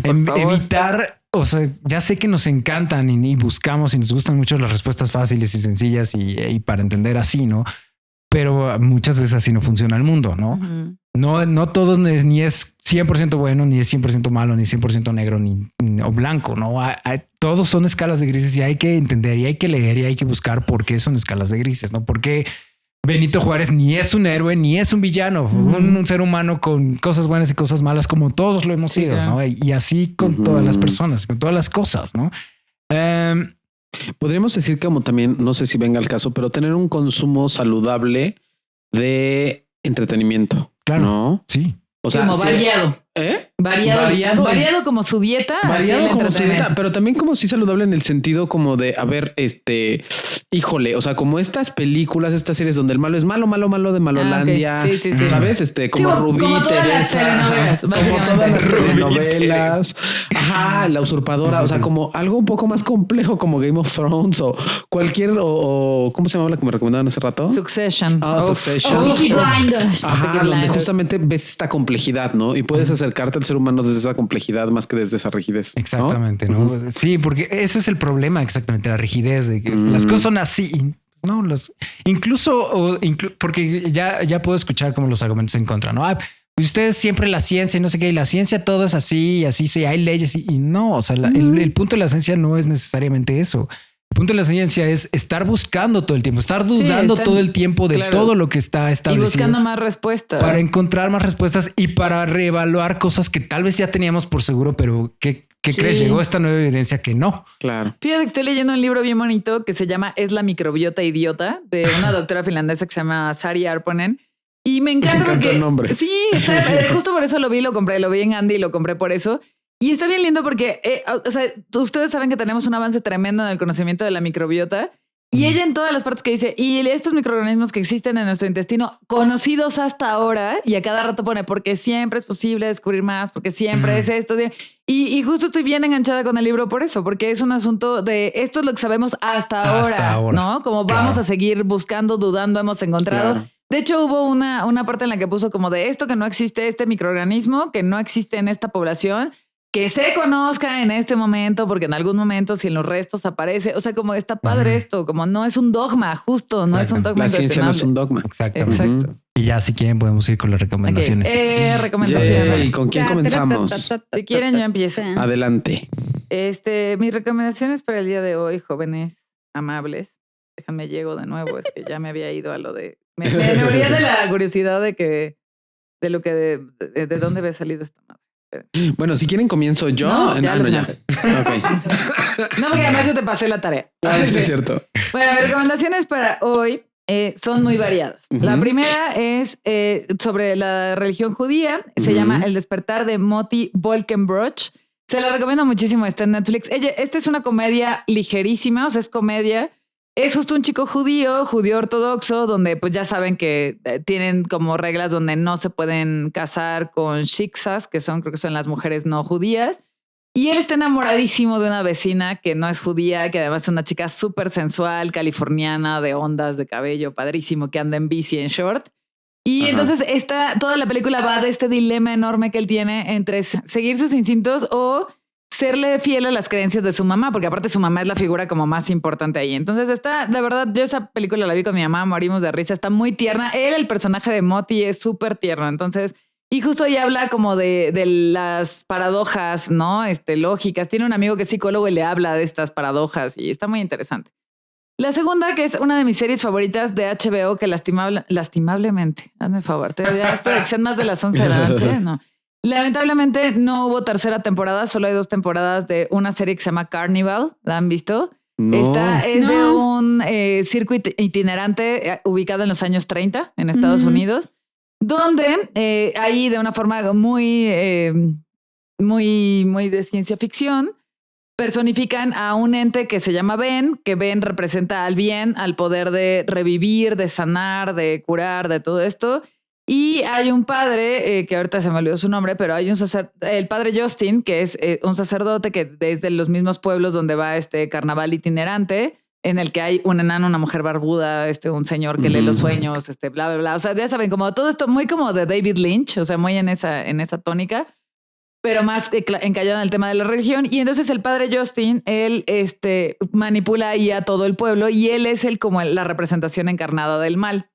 Entonces toda la serie, que solo son 2 temporadas porque creo que les costaba $1 millón por episodio, toda la serie va de esta lucha entre el bien y el mal y cómo se están oliendo a la distancia y no se concretan y demás. Y hay cosas como muy, muy paganas también. Entonces está muy buena, ¿no? Y la tercera recomendación que les voy a dar, bueno, les digo, Carnival es ciencia ficción, o sea, disfrútenlo, vean, piensen en el bien y en el mal, no, yo qué sé, ¿no? Y la tercera recomendación es un documental que vi en Netflix también que se llama Pray Away, La cruz dentro del closet, que es justo, está buenísimo, ¿no? Que va justo de cómo desde esta religión cristiana, porque no son católicos, son cristianos evangélicos, ofrecen la cura para la homosexualidad y todo lo que hay detrás, el sufrimiento, el castigo, la culpa, la vergüenza, la humillación, el trauma, etcétera, etcétera, etcétera. Vean, échense ese documental y si después de ver Pray Away les parece que los métodos religiosos son viables, pues entonces, señores, ya no tienen nada que hacer aquí, ¿no? Ya no nos oigan. Porque después de ver pase a su siguiente podcast que se llame mi dogma para llevar, ¿no? Porque no hay manera, ¿no? O sea, porque después de ver la cantidad de sufrimiento que viven estas personas por tener que meterse al closet otra vez, ¿no? Después de todo, si a ustedes no les mueve eso, está muy cañón. Y ya, estas son mis recomendaciones. Muy bien. Yo tengo 3, 2 densas y una ligerita. La primera que es más densa, en español se llama Poco Ortodoxa, que en inglés es Unorthodox. Buenaza. ¿No? Está en Netflix, la pueden encontrar ahí. Y pues se trata de una mujer que ha crecido pues en una comunidad judía ultra, mega, duper ortodoxa en un barrio de Nueva York. En Brooklyn, ¿no? Creo. Ajá. Y decide huir de un matrimonio arreglado y empezar una vida nueva en Berlín, ¿no? Pero justo el ejemplo que daba hace rato de que, por decir, a esta chava le era negada información objetiva, científica, está en un matrimonio en donde pues su esposo abusa sexualmente de ella. Sí. Ella no tiene una condición de represión sexual, o sea, hasta física. Exacto, ¿no? Sí. O sea, no puede decidir si quiere tener hijos o no, si los puede tener o no. Sí. No, es toda una onda ahí como muy bonita de cómo va buscando su independencia y su liberación. Y obviamente, pues una historia muy difícil, ¿no? También en la serie, es miniserie, creo que tiene 4 capítulos nada más. Y por decir, vemos que su mamá también huyó de esa comunidad judía, ¿no? Entonces, precisamente ella va a Berlín a buscar a su mamá. Y entonces ves ahí cómo se van uniendo las 2 historias. Hay como flashbacks de su vida dentro de la comunidad y cosas que dices, chale, güey, qué pedo. Sí, ¿no? Fíjate, esa yo se las dejé de trabajo final a mis últimos alumnos de psicología humanista que nos escuchan, de hecho. Y se las dejé justo para revisarla desde esta perspectiva humanista existencial. Sí, ¿no? Es muy buena, sí, muy está buena. Cañón. Y la otra que les traigo de drama es una película que se llama Desobedience, Desobediencia, que es con Rachel Weisz y Rachel McAdams. No saben qué peliculón, o sea, en buen plan. Rachel Weisz es una igual fotógrafa que lleva muchos años viviendo en Nueva York y regresa a Londres porque se murió su papá y su papá es el rabí de una comunidad judía también ultra mega ortodoxa, ¿no? Y no manchen, o sea, hay una escena al principio de la película, o sea, porque vas viendo la peli y te vas, o sea, te vas enterando de que Rachel Weisz tiene una orientación sexual, distinta, bla, bla, bla, bla, bla. Y y ves por decir el obituario del papá al principio de la película y dice como, pues, murió sin tener hijos, sin tener familia, ¿no? Ay, Dios. Entonces es una onda, o sea, como la mató simbólicamente. Ajá, es una onda como de la negación de la existencia de ella, en donde ella es exiliada, invisible, etcétera, y regresa a esa comunidad en donde encuentra como a su antiguo amor, ¿no? Y al mismo tiempo está viviendo este duelo y es como toda una revolución en la identidad y la historia de ellas dos. Y es buenísima porque aparte Rachel McAdams en la peli tiene un esposo y la forma en la que el esposo la libera a ella, o sea, Rachel McAdams dentro de la película como de ve y sé quién eres, es muy cabrón. O sea, es una peli que tiene como un buen desenlace, o sea, un desenlace que dices, o sea, cuánta redención, justo, ¿no? Está muy, muy chida. Y la última es una opción más ligerita que se llama Yes, God, Yes. Sí, Dios, sí. Exacto. Buenísima. Es con una de las chavitas que sale en Stranger Things, ¿no? Y ella va a una preparatoria así como súper de cultura de la pureza. ¿No? Es católica, ¿no? La preparatoria, creo, ¿o no? O sea, ¿o es alguna secta cristiana de Estados según Unidos? yo es como esta iglesia baptista, como o sea, que es de la cultura de la pureza, de te ver. tienes que guardar hasta que te cases. Como de Jesucristo de los Santos de los Últimos Días y esas cosas. I don't know, pero, o sea, existe como énfasis muy, muy cañón en la castidad y la pureza y bla, bla, bla. Y por una u otra razón se hace como un rumor sobre ella, ¿no? Que está siendo como de moral distraída y de caderas inquietas. Y sí, obvio, ves que ella tiene como estas inquietudes sexuales y este despertar sexual y todo, bla, bla, bla.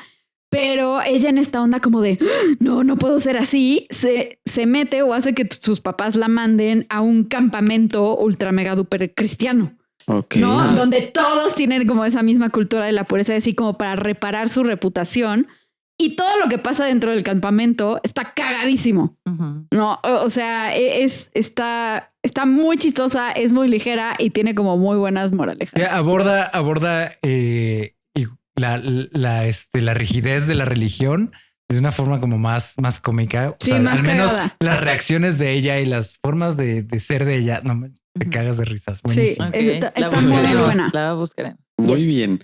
Pues bueno, a mí me gustaría primero recomendar dos rapidísimo de Almodóvar, porque Almodóvar me parece un maestro para incomodar la religión. A la religión, cañón. Sí. Y la primera que me gustaría recomendar es una un poco densa, que es La Mala Educación, donde justamente va siguiendo una historia dentro de otra historia, donde un par de niños, de chavos, se encuentran y en este encuentro se enamoran en un amor como muy inocente, pero hay un sacerdote que está en medio de ellos dos y que está enamorado de uno de los niños.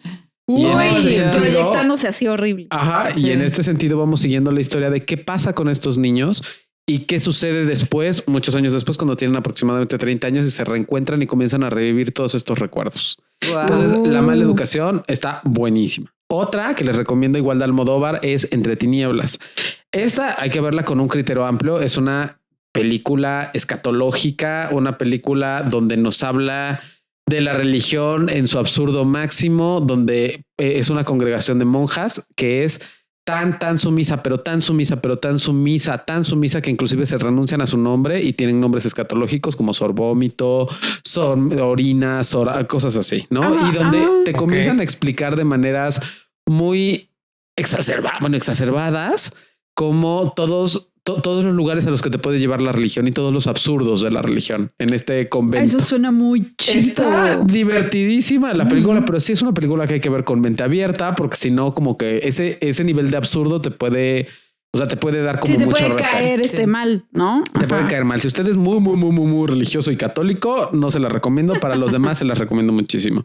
Y una tercera que les voy a decir que la vi en 4 pedazos o en 5 pedazos y me parece que viene mucho al caso, sobre todo por lo que dijo JP, es la de Midsommar.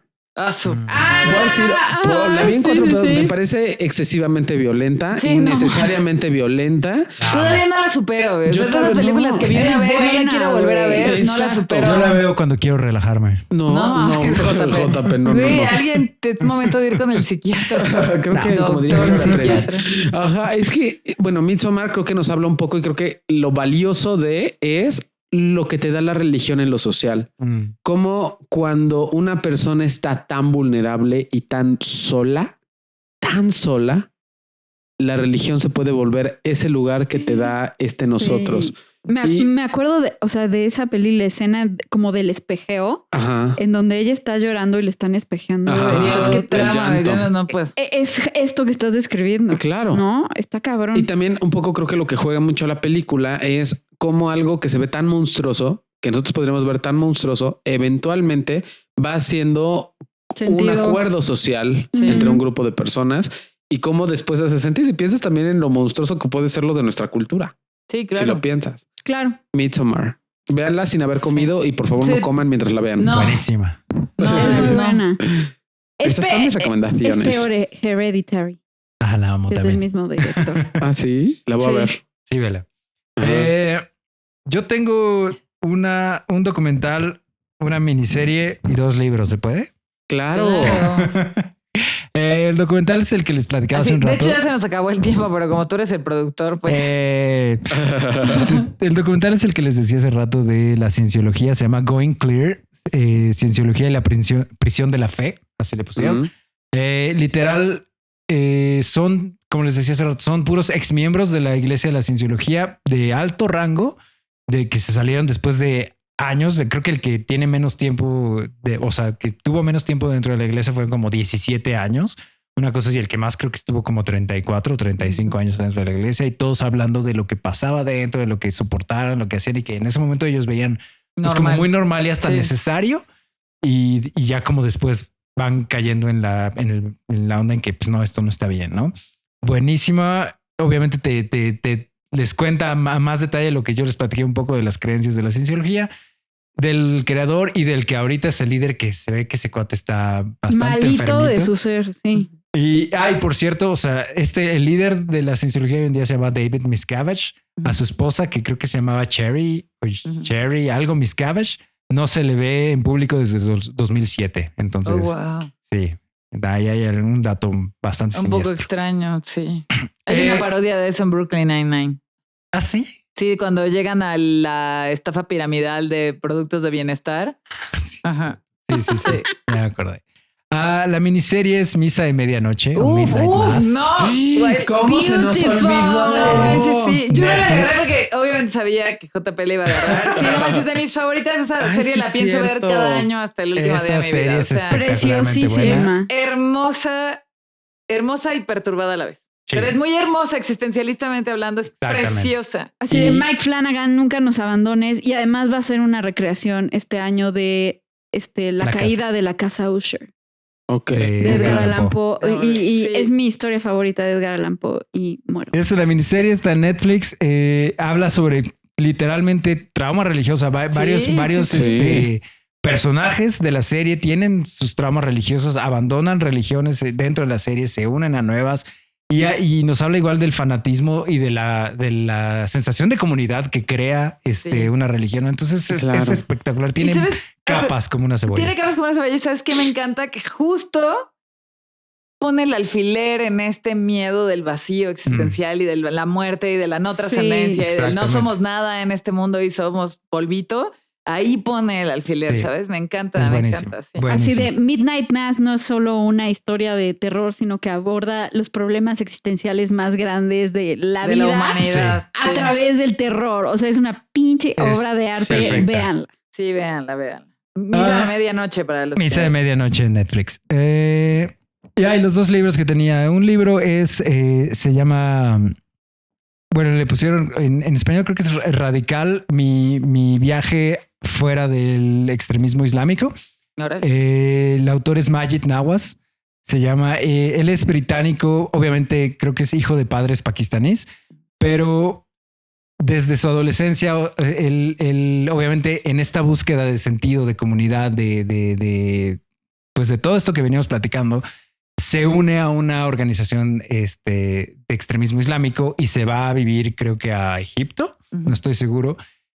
Y ahí creo que hace varias cosas y termina en la cárcel, y en la cárcel él empieza a platicar porque creo que lo meten junto con el líder de esta organización, y empieza a platicar con él y tiene esta revelación de él sabe igual que yo, o menos, lo mismo que yo. ¿No? Sí. O sea, él no tiene ninguna verdad universal, ningún nada. Y lo que se me hace interesante de este libro es que él deja el extremismo islámico, pero él sigue siendo musulmán. O sea, rechaza estas partes extremistas y rígidas de la religión, y más bien nos invita a ver al Islam como algo más abierto, ¿no? Incluso, y todo su trabajo desde entonces ha sido luchar contra las organizaciones extremistas islámicas. Su libro está muy chido, se llama Radical. Majid Nawaz es el autor. Y el otro libro que quiero recomendar ya para terminar, Waking Up, una guía a la espiritualidad sin religión, de Sam Harris. Sam Harris. Sí. Sam Harris es filósofo y neurocientífico, creo que es gringo. Es gringo, sí, ¿no? Sí, es gringo. Que tiene igual muchos libros, muchos son contra la religión, y como que cuando empieza su carrera es súper antirreligioso, pero como que se ve que se va, le va bajando un poquito conforme avanza en sus libros. Y este libro es mucho más amigable a una persona religiosa, pero aún así invita más bien a dejar los dogmas y dejar esta rigidez a un lado y enfocarnos en la espiritualidad más como lo que platicamos hace un rato. Entonces está y es muy de meditación, de mindfulness. De mindfulness y todas estas cosas. Es muy chido. Está muy padre ese libro. Claro. Muy bien. Hay otro que tiene Sam Harris que se llama The Moral Landscape. Ajá, que habla de cómo es posible tener una vida llena de valores sin religión. Una escala moral, unos juicios morales sin apelar a una religión. Si les interesa ese tema, es buenísimo. Sí. Bien. Pues muy bien, hemos llegado al final de este episodio que se ha puesto muy intenso y en el que hemos viajado básicamente por todos los continentes y por toda la historia de la humanidad. Claro, Y entonces, Juan, ¿dónde te encuentran? Me encuentran en Instagram como @Juan_Aguil, en Twitter como @NutricicJuan, y en Facebook como Juan Aguilar. Me pueden agregar, es mi cuenta personal, Juano para el Pueblo. Bueno, ni es tan personal si eres para el pueblo. Bueno, sí. Muy bien, gracias, Juana. ¿Qué dijiste? Gracias, Juana. Ya es que es la hora, Ay, no. No puedo. Con la personalidad alterna. Ándale, si todavía no pongo los viernes en la noche. JP, ¿dónde te podemos encontrar? A mí, @JohnnyColors en Twitter, Instagram y Twitch. Y mi Clan Studios igual, así mi Clan Studio en Instagram. Ok. Marta. A mí me pueden encontrar en Instagram o Twitter como psicomf con P al principio. Ok. A mí igual en Twitter y en Instagram me encuentran como @psicobetza. A Camus Altamirano, nuestro ilustrador, lo encuentran como @Camus Altamirano en Instagram. Chequen el proyecto que está haciendo con la página Paleos de dinosaurios, que están haciendo ilustrando dinosaurios mexicanos. Está bien cool. Wow. Y ya saben que Psico para Llevar nos encuentran en Instagram y en Twitter también como @Psico para Llevar. Nos escuchamos al siguiente episodio. Los amamos. Bye. Adiós. Bye.